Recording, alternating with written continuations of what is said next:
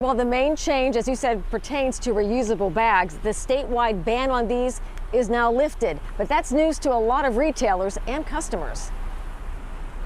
The sign says no reusable bags allowed, but technically that's not true. In a letter last Friday, State Public Health Commissioner Monica Burrell rescinded emergency rules from March.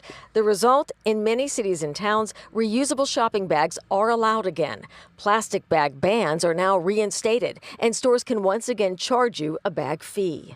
I didn't know that. News to you, yeah. That's great, though. I wasn't aware of that, and no one said anything to me at the store today. It's created all kinds of confusion among our merchants, and I'm sure it'll be confusing to our customers. Greg Reedman is president of the Newton-Needham Regional Chamber. He says whatever the local rules were about bag usage before COVID now apply again. But without a heads up, that's a hardship for many retailers.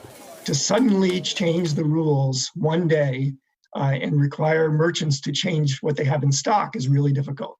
Merchants might not have any paper bags in their storehouse. They were closed for so many months. They might have run out of paper bags. They also paid a lot of money for those plastic bags. Reedman also worries about cashiers and other frontline clerks having to educate about and enforce the sudden rule changes. By the way, stores are now allowed 50% capacity, up from 40. Senior hours are still required. So are face coverings and social distancing. And salad bars are still banned. Now, be advised, many of the major supermarket chains I spoke to today have yet to hear about these rules or had much time to process them. So just be advised, when you go somewhere, you may not be able to use your bags yet. They still haven't rolled out the changes. We're live in Brookline. I'm Mary Salata, WCVB News Center 5.